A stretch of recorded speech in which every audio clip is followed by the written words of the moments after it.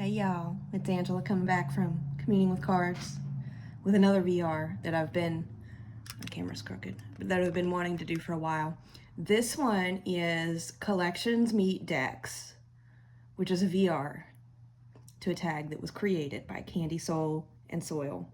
And this is like, I've been wanting to do this one since I saw hers, but it's a lot. So I'm really hoping that y'all will stick with me on this because it's going to be epic. And I really, really want some people to geek out with me in the comments because I know that a lot of y'all are readers. Like book readers, not tarot readers. Book readers and tarot readers. So because I know this one's going to go off the rails a little bit, please stay with me. It's going to get good. Let's jump right in with the one. I have so much stuff on this table, y'all. I have multiple decks for a lot of these. Let's start in with what kicked it off, and we're just gonna look at how unhinged I am. I have a thing for T.S. Eliot. Like, I have multiple copies of all of this. I have 2 copies of this. This is like the Cambridge Companion to T.S. Eliot. I love like books about books, right? The Wasteland. Here's some more Eliot. These are, you know, I've had these forever. This was $2.25 at one point. I have so many copies of this 4 quartets. You can see mine's like all scratched up. These are well-loved books. I love me some Eliot. So if any of y'all are familiar with Eliot and The Wasteland, which is, I know it sounds cliche, but The Wasteland is actually my favorite of his works. I love everything though. I've never read anything from Eliot that I don't love. You'll know that, let me start spreading out some Eliot decks. You will know that Eliot and The Wasteland is, there's been so much criticism, like literary, I don't mean criticism like people bashing his work, but like studies of his work. That's, you know, the term of, you know, literary criticism is the books about the books, the studies about the books, right? There's been so much criticism written about The Wasteland, trying to pinpoint if there was even a narrator to this epic poem, which this is a book about the Wasteland. I think the actual, I mean, y'all, these are loved. These are loved. Okay. Okay. Yeah, we got the multicolor underlinings and yeah, this, anywho. So there's been a lot of criticism trying to figure out if there was a central narrator to The Wasteland, because it's a pretty long poem. It's in, you know, several sections and it's epic. And there are all these little fragments of other works just kind of peppered in that you have to like figure out where they came from. You have to figure out how they all work together. And then there's like a whole page of notes at the end, a whole section of notes. I wonder if I have, we're gonna flip through some of my books. I'm sure I do. I didn't pull out all of my Eliot, y'all. No, I think I just have the books about the books, but there's a whole section at the end of The Wasteland. It's like pages and pages of the notes, that you can literally go down a rabbit hole trying to figure it all out and trace everything back to its source and then pull it back out and try to figure out how it all fits together. So when I think of Eliot, when I, you know, I swear I'm gonna get there, y'all. Please bear with me because this one's gonna be epic. The Cosmic Tarot. There is a card. I bought this deck. I have this deck because it reminds me of Eliot. And don't ask me why, because it's gonna be really hard. But I will say that this Hierophant card is Eliot. Eliot to me and The Wasteland as like a detached narrator that's just throwing out little nuggets of things and leaving you to do the work. He feels like a Hierophant to me. And if you look at the profile on this figure, that looks like T.S. Eliot. Let's go into one of these books. We're gonna do a biography by Peter Ackroyd. I have several copies of this.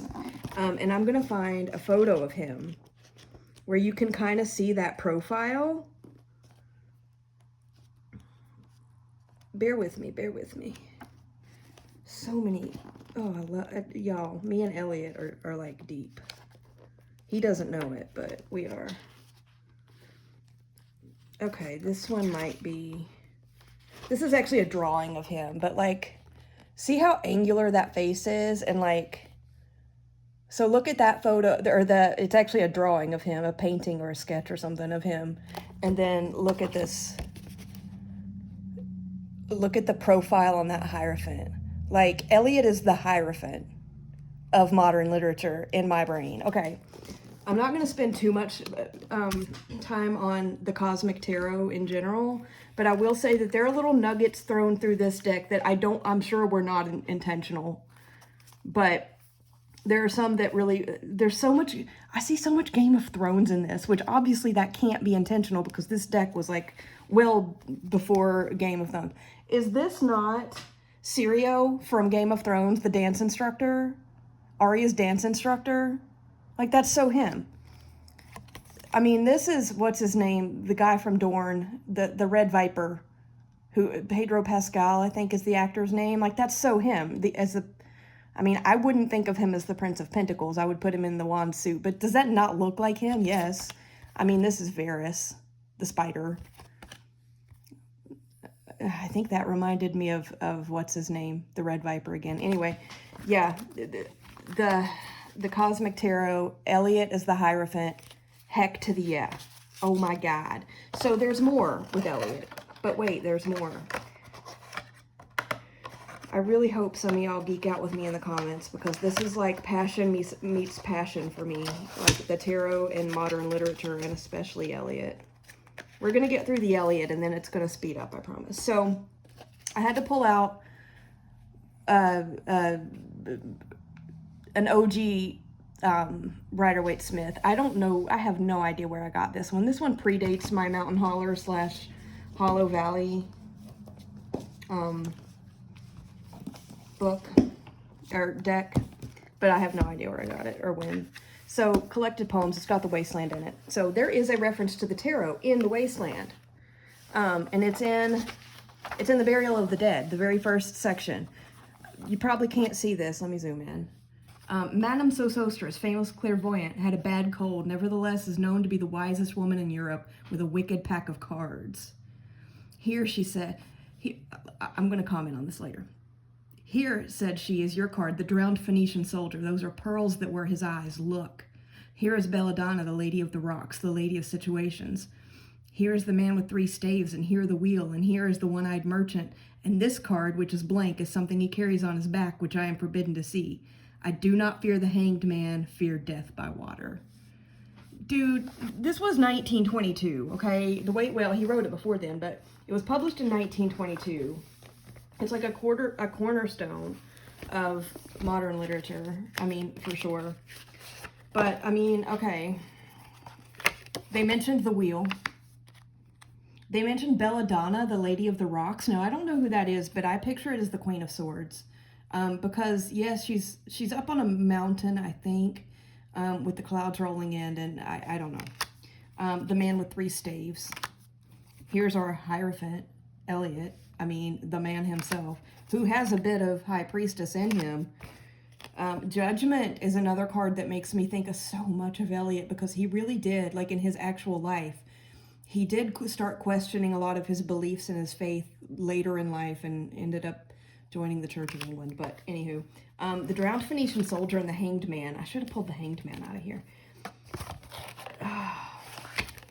I'm not gonna go into literary criticism with y'all, but I totally could.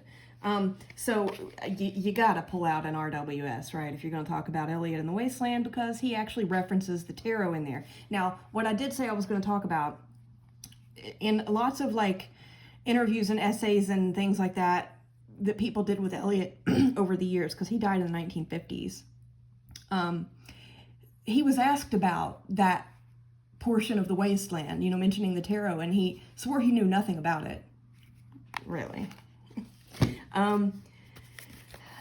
The Tarot Emblemata Chromata, this reminds me of Eliot too, just because it's very, it feels detached and proper, and that was Eliot. Eliot was very, very reserved.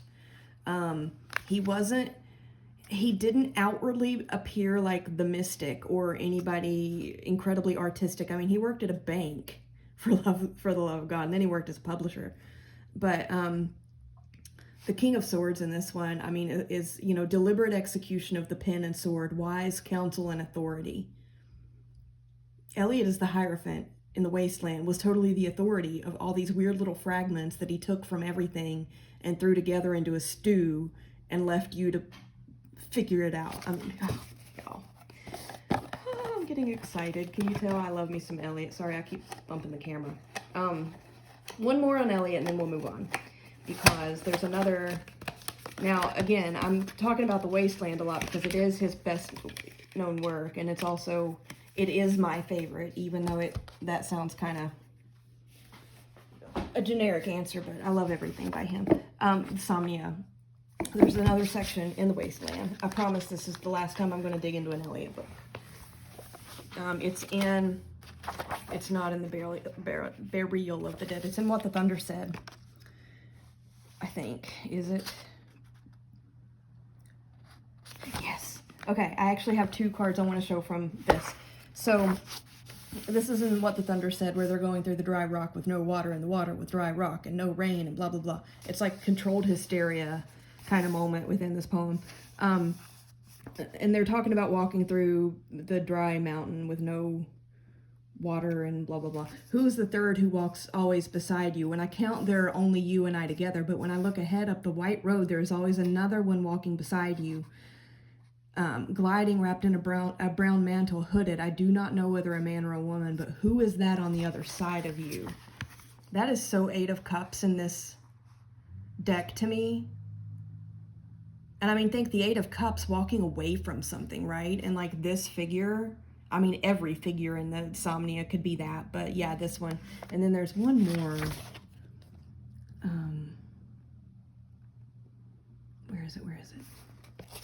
Is it back here? Yeah. Also in What the Thunder Said, after that, and he talks about, you know, Unreal City and this and that and the other, a woman drew her long black hair out tight and fiddled whisper music on those strings, and bats with baby faces in the violet light whistled and beat their wings and crawled head downward down a blackened wall, and upside down in the air were towers, tolling reminiscent bells that kept the hours, and voices singing out of empty cisterns and exhausted wells.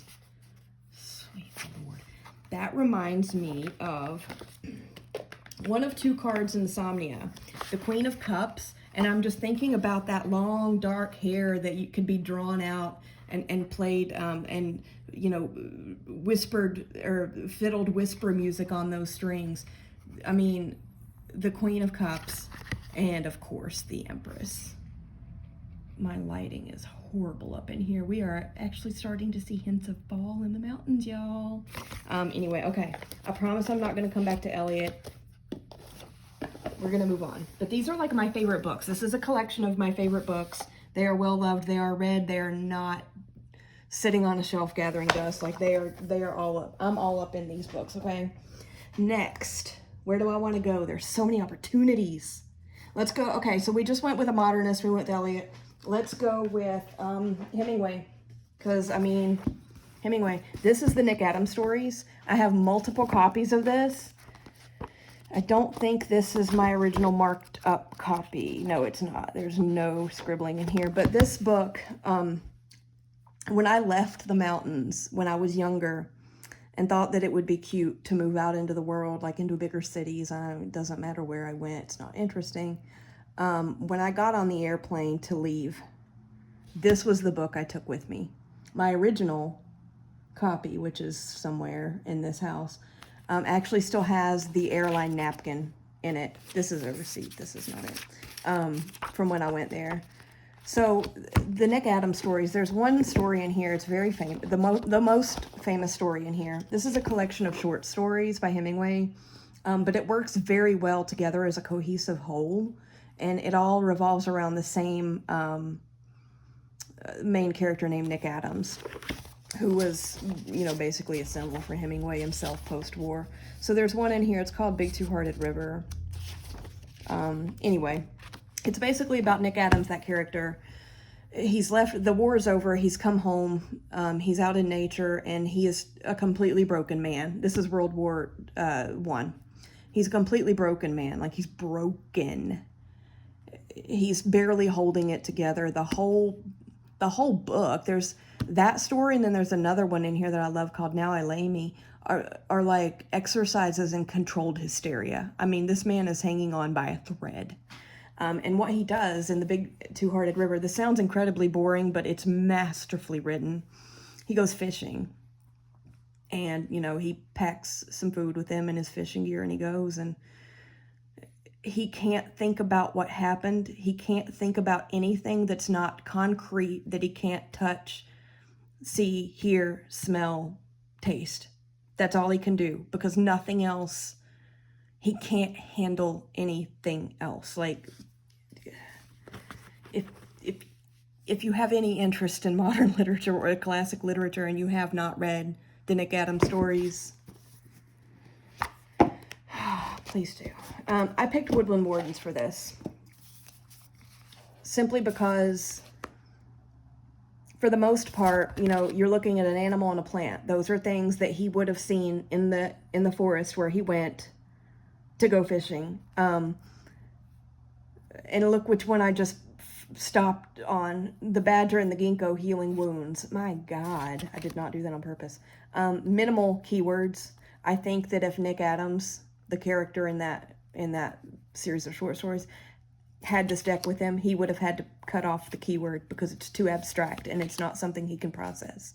But he could have looked at a chipmunk or a squirrel and a chestnut, and those would have soothed him, just knowing that they were real. And yeah, there's a whole thing. I think it was in The Sun Also Rises, or was it A Farewell to Arms?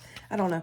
But in one of those novels, I don't remember which one it was, the character there, you know, was similar. There was also autobiographical echoes in that.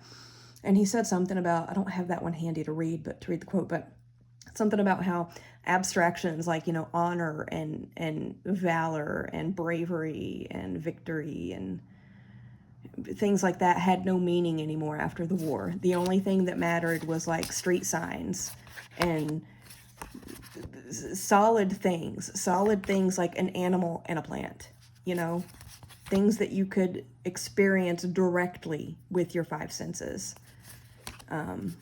Abstractions had totally been destroyed and dismantled by the war, by World War I. And I can go way into that, but I'm not going to. So okay. Woodland Wardens for the Nick Adams stories by Hemingway, which is a soul level book for me, just like The Wasteland is with poetry. Okay. Y'all still geeking out with me? I want comments if y'all read any of these. You have no idea how, like, I am. What else do I have here? What else do I have? Okay. I'm trying to go in some kind of an order a little bit. You know what, while we're on that theme of Hemingway and only believing in things that you can trust with your five senses, let's pull out William Carlos Williams' collected poems. Now, he was also a modernist poet. He was a doctor from New Jersey, small town in New Jersey. And, yeah, anyway, he actually wrote, so The Wasteland was like a big to-do poem in 1922 when it was released. Some people thought that Eliot had really gone too far, not only with the style of the poem, and, you know, it was not traditional. It broke every rule under the sun, but also in the tone. They thought that, especially William Carlos Williams, thought that The Wasteland was really too dark. And he's like, we haven't lost all hope, man. And he wrote a poem in response to The Wasteland called Spring and All. No, it was actually in response to the love song of J. Alfred Prufrock, but it was also kind of echoing The Wasteland, called Spring and All, where he, you know, basically was jarring with Eliot a little bit. They were kind of going back and forth, or he was kind of, you know, jeering at him a little bit for being too negative. But then Eliot broke Williams. Let's just go there. Like, Williams, if you start reading, you know, his work from the earlier part of his career until later, you could see him kind of unravel and get darker and darker and darker. And so Williams was he was of a school of literature called the Imagists, and what they did, it was similar to Eliot, or not, well, Eliot in some places, but also Hemingway in the Nick Adams stories and some of those others, where he got to where all he really trusted was an image, something you could see, and you would just get that. You would just get the image in their writing, and then you had to unravel it and figure out what it meant. It's very similar, just with a different tone, right? So there's a very famous poem by this guy we've probably all read in high school, and everybody probably went, what the... and it's The Red Wheelbarrow. So this is, so much depends upon a red wheelbarrow glazed with rainwater beside the white chickens. Anybody remember that from high school? And did you go, what? Or did you go, oh, so much depends upon, that's the key to the whole thing, right? So, you know, Williams just threw this image of a wheelbarrow in the rain beside some chickens and said, you figure it out. I love it. I love it. I think Williams and those of his time, all of those imagists, and even back to Hemingway, I think were very into Lenormand. I don't think they would have been able to handle the deeper meanings and the esoteric meanings and the symbology and things like that of the tarot. I think it would have been too much for them to be able to hold on to that fine thread from all the trauma from World War I, right? It would have been too much. So, I mean, he was a little bit later, but not much.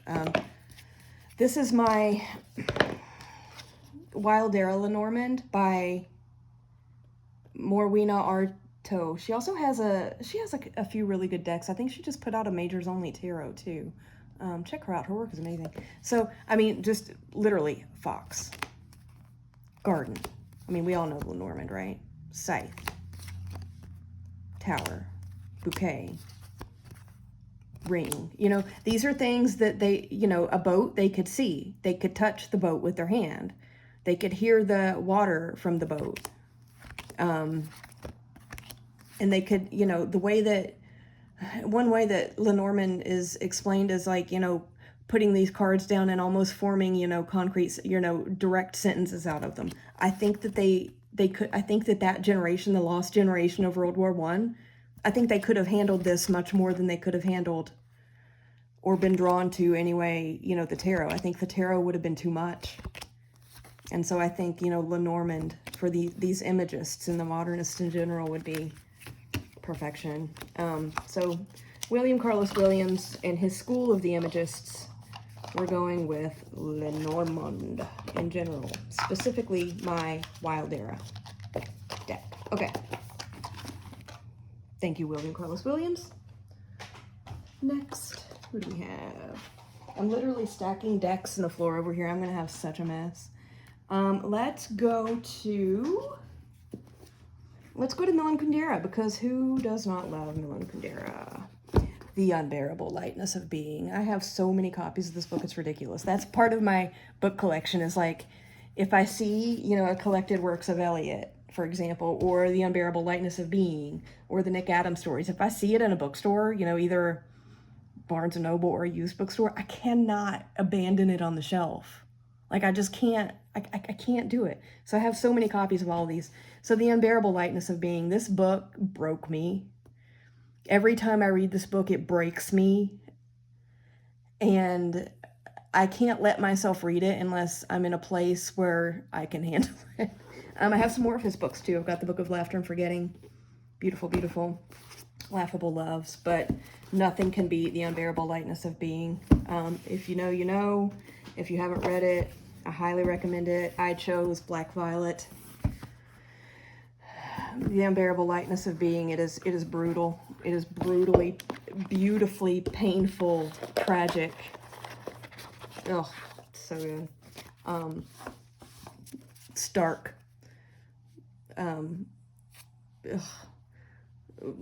Weight and light.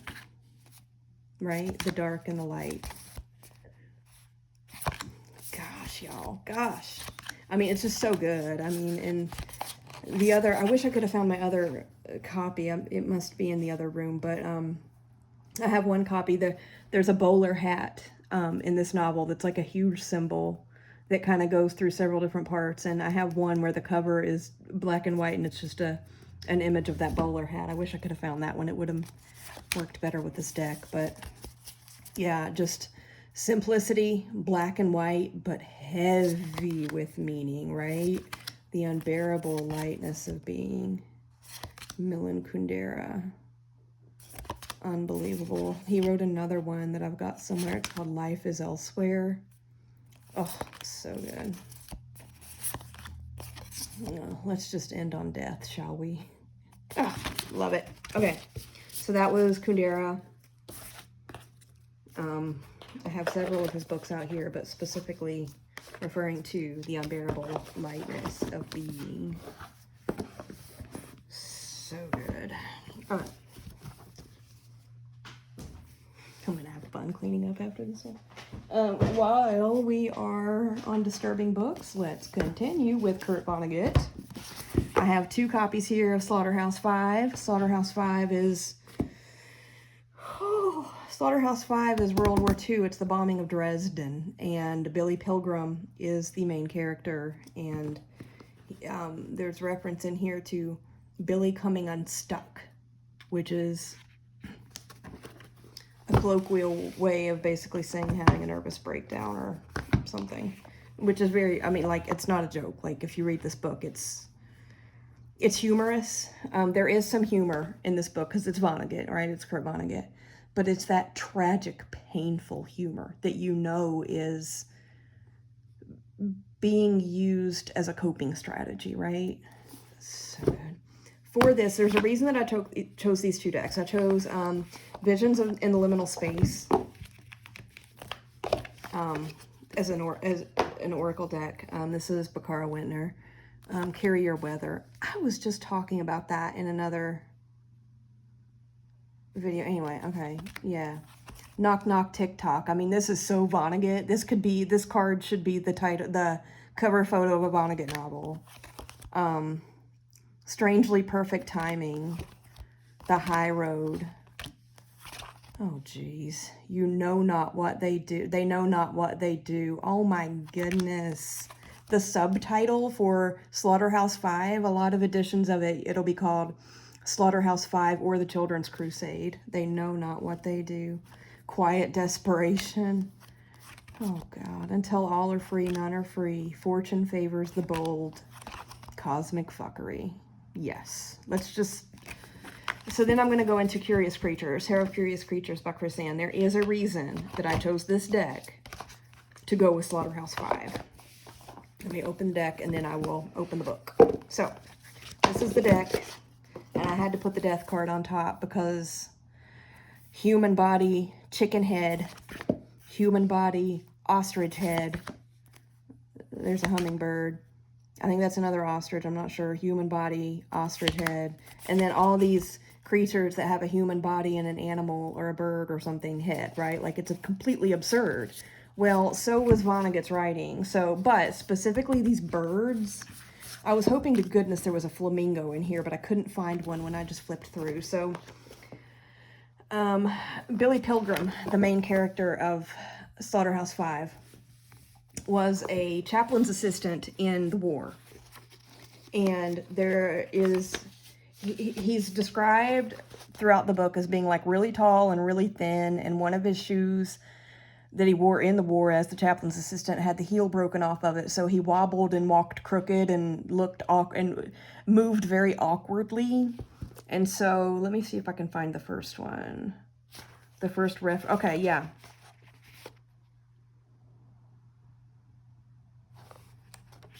Okay.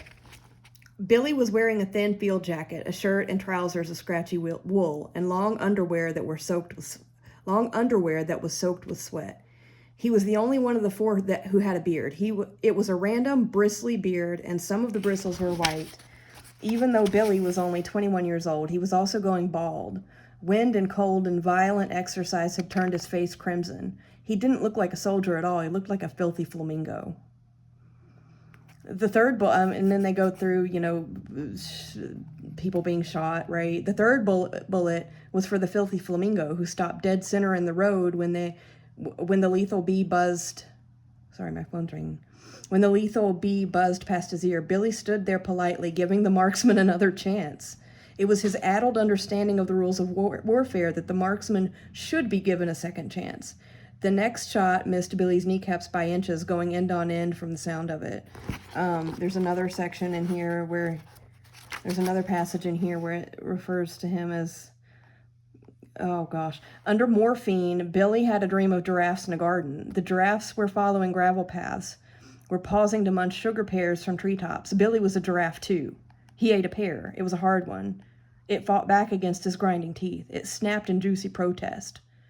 The giraffes accepted Billy as one of their own, as a harmless creature as preposterously specialized as themselves.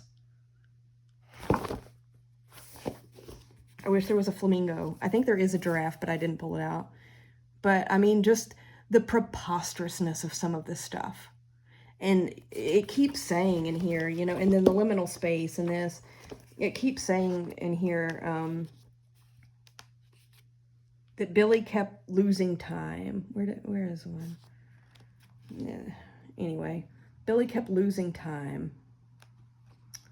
Or no, where is it? I gotta find one. Hang on. There's so many sentences in here that start with that.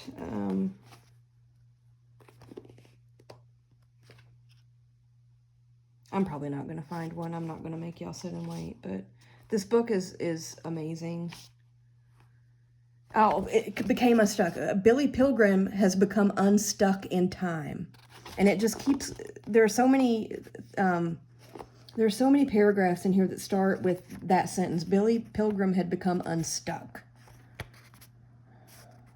Anyway, I'm not going to sit here and read Slaughterhouse-Five to you, but it's worth the time. Billy Pilgrim became unstuck by cosmic fuckery and ended up as a birdman, as a chaplain's assistant in the war.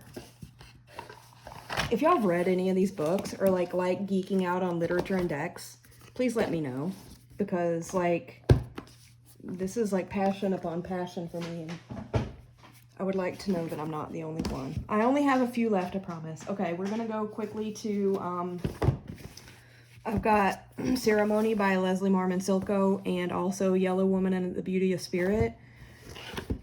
These are hauntingly beautiful Native American pieces, Indigenous American pieces. I pulled Wisdom of the Elders Oracle, which is beautiful. I've got Mother Earth as the drum. The ceremonial Sacred Fire, dedication. The pipe ceremony is prayer. Humility is the wolf. Respect, bison and buffalo. Sacred Journey, transformation. I mean, this is a gorgeous deck. If Tobacco, Sacred Medicine, reciprocation, beautiful. This is beautiful to pair with the Gentle Tarot. Just saying. I'm not gonna, y'all, I could go so far into Silko, but I'm not gonna do it. I'm gonna spare you. But let's just say, epic. Ceremony would be a good one to start with. Okay. I'm going to go crazy esoteric again. And then we're going to jump into some more contemporary works, I promise. But first, I'm going to do... Okay, this is the Eliot... Well, it's not, but it may as well be the Eliot of the Arab literary world, okay? Palestine. Specifically, don't freak out if you have political issues with that. Just let's go with the poetry. Mahmoud Darwish, he's amazing. I have so many of his things. There is a poem that he wrote. I think it's called the Hoopoe. Translated, it's the Hoopoe. The Hoopoe is kind of bird. The Hoopoe is like, let's get there. Okay, let me find a little passage. His work is unbelievable. Okay.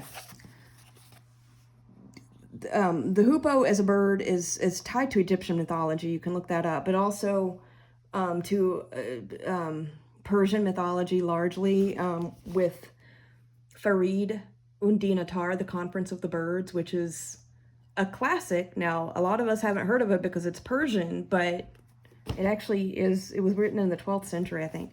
Okay, the Hoopoe as a bird is I'm trying to remember the Egyptian deity that he's tied to. I cannot remember.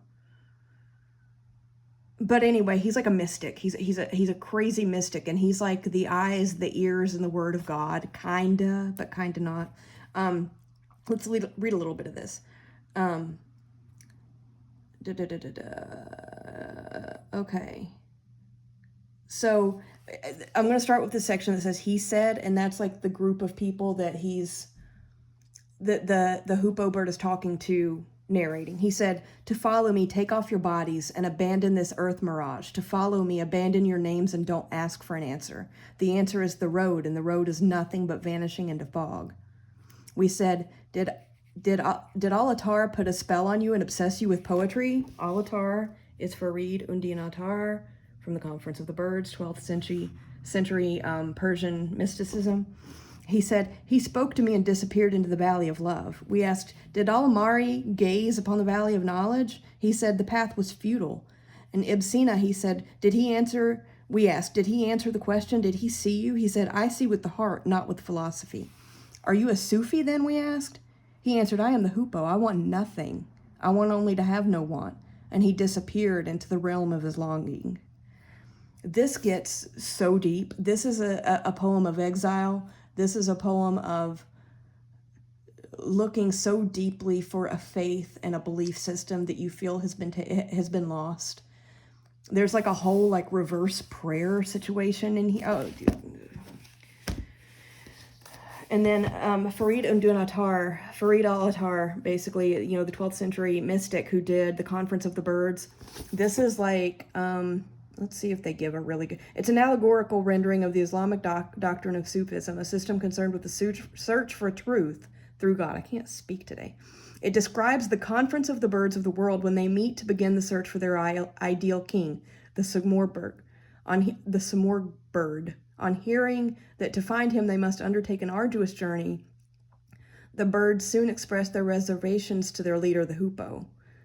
With eloquence and insight, however, the hoopoe calms their fears, using a series of riddling parables to provide guidance in the search for spiritual truth.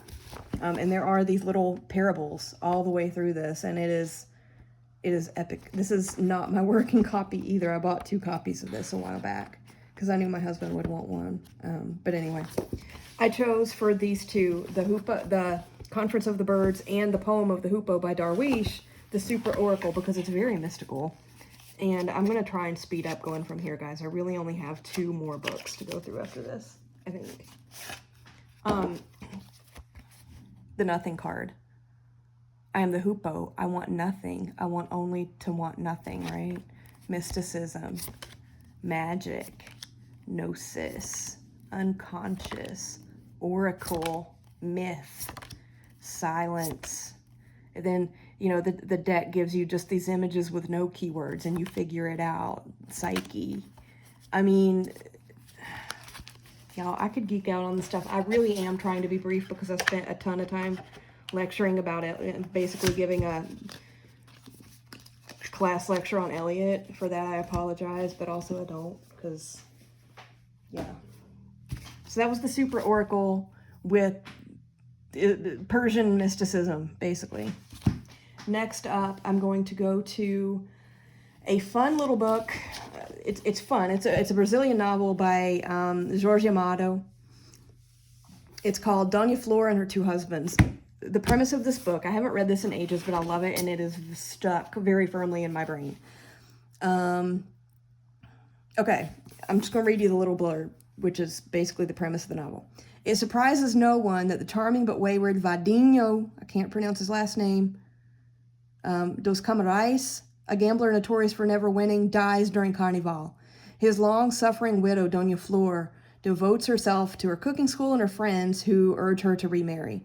She is soon drawn to a kind pharmacist who is everything Vadinho was not, and is altogether happy to marry him. But after her wedding, she finds herself dreaming about her first husband's amorous attentions, and one evening, Vadinho himself appears by her bed as lusty as ever to claim his marital rights. This is not smut. This is not a romance novel. This is actually a very deep novel, but it's very interesting. Marlena, I'm looking at you. You might like this book. The deck I would love to go with this is a deck that I do not own, but it is actually on pre-order right now from Usi. It's the Garden of Eros. It's like a Marseille riff. I pulled Royal Mischief. It's the closest I have. I don't have any naughty decks because that is just not my vibe. I'm very prudish. But this has, like, some misbehaving people, right? Like the devil with his teddy bear. Even the devil needs rest. Doña Flor and her 2 husbands. And her first husband, Vadinho, was quite the little mischief maker. It's really... Basically, she ends up getting married again to the pharmacist. The really stable, very... 4 of Pentacles, 10 of Pentacles kind of guy, right? But she ends up having an affair with the ghost of her dead husband, Vadinho. It's epic. I mean, it's so, like, I mean, Moonlight Wedding. Like, there's her and there's the pharmacist, and if we were to put her first husband, Vadinho, over here instead of a priest, that would totally be the whole novel. Again, it's not smut. It's not anything like that, but it is... absolutely delightful. So hang on, let me get these cards straightened out a little bit, and then I will flash the book cover back up in case you're interested in trying to find it. It is written in English translation, by the way. Almost there, almost there. The title is Doña Flor and Her 2 Husbands. The author is Jorge Amado, Brazilian novelist. Unbelievable. I love this book so much. Okay, one more, and we're actually going to continue. I mean, we just looked at a Brazilian novelist, right, Jorge Amado. We're actually going to go to Brazilian protest literature and music. I wish I could do musical clips on here without worrying about copyright. Tropical Truth, a story of music and revolution in Brazil by Caetano Veloso. Caetano Veloso is the grand statesman of Brazilian modern music since like the 1960s. He's still touring. He's still amazing. This book is about the revolution that began in the late 60s that he was a part of. He and a lot of other artists and musicians and novelists and poets and things like that, where they were resisting and protesting military dictatorship in Brazil that didn't actually end until the mid-80s, I think. Then I have The Motorcycle Diaries by Che Guevara. I had to get the one with the movie cover because this author, Gael Garcia Bernal, is absolutely a beautiful man. I had to have it. If you know, with this book, it's stunning. I picked the Magical Nature Tarot. Before I lose you on this deck to me, when I saw this deck, I was listening to music by Caetano Veloso and one of his counterparts, Chico Buarque de Holanda, who is another grandmaster of Brazilian music. He's also still recording, I think. They both started their careers in the late 60s doing protest music to that military dictatorship in Brazil. There's something about this deck. When I was looking through these cards, this deck feels like protest to me and feels like social justice to me. Let me find some specific cards. I did not prep this one, I'm sorry. I want to find the Justice card for sure. I want to find the Five of Swords, which I just did. Bear with me, bear with me. This is the last one. See me through to the end, y'all. See me through. I want the World. Oh, there we go. There's one. And I would really like to find the Eight of Cups.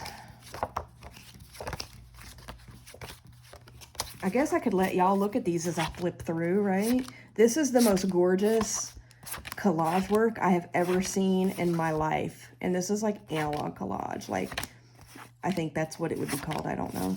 But it's actually like pieces of paper that were dyed with natural like plants and metals, cut out and pasted together with some painted background. I want that one too.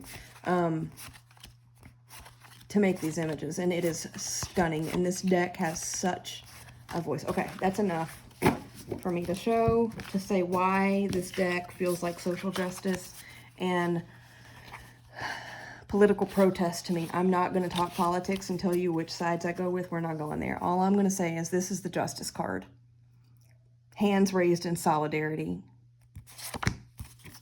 This is the World card. You get through all the drama and you dance the samba. This got to be a samba. It has to be. That looks like a really high leg movement for a samba, but we're going to call it a samba to the Brazilian music at Carnival. Military dictatorship, Five of Swords, right? Defeat, but at what cost? At what flippin' cost? The Eight of Wands. The Eight of Wands, this is not 8 wands flying through the air. This is a person at a microphone probably riling up her people. And how powerful of that is that? The Eight of Cups. Look at the power. This is, look at that. You see, like, you know, the person's feet and the bottom of the skirt. This person is walking away with dignity and with personal power. Y'all. This is a political deck to me. I don't think it's intended to be that way. I'm pretty sure it's not. And I'm sure that I'm 99% sure that the creator of this, the artist, is not Brazilian or Latin American in any way. I think she's actually from Connecticut. I think they're actually from Connecticut. I'm not sure about the person's gender. I think her name is Jora or Jory. I think their name is Jora or Jory. I'm really trying to get better, y'all.